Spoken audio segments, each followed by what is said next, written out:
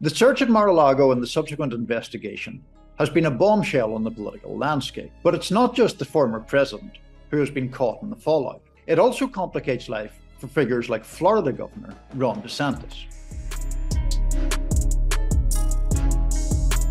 DeSantis is clearly seen as the most serious rival to Trump if the former president seeks the 2024 Republican presidential nomination.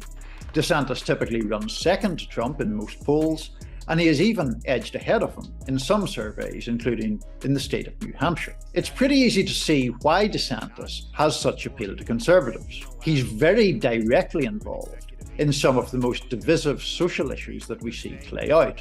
For example, he's adamantly opposed to the teaching of critical race theory. He has been equally adamantly opposed to lockdowns during the COVID pandemic.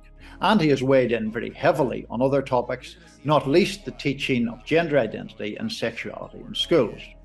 His prominence has earned some resentment from Trump's circle. If you talk behind the scenes or off the record to supporters of the former president, they suggest that DeSantis is overrated politically, or may be reluctant to confront and challenge former President Trump in a head-to-head race. But still, he is a serious contender. That then complicated matters when it came to the raid and how to respond. All Republicans were confronted with a choice. They could either hew even more closely to the former president or stay silent. We now find that justice in America is not equal. It's determined upon whether you want to go after a person or not.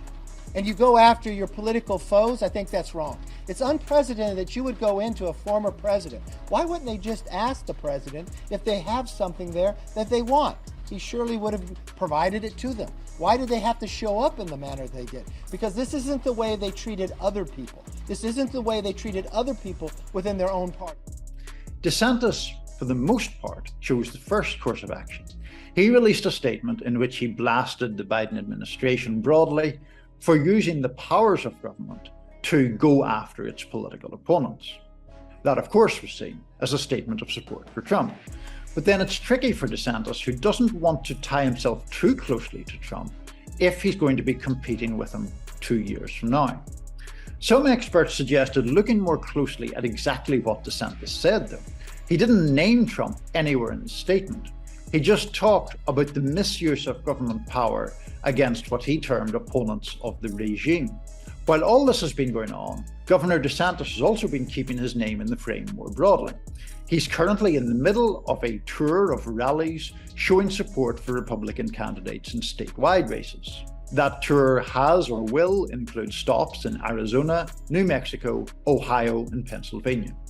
But it's very clear that Ron DeSantis would be a big name if he enters the 2024 race. But his complicated relationship with former President Trump hangs over everything for now.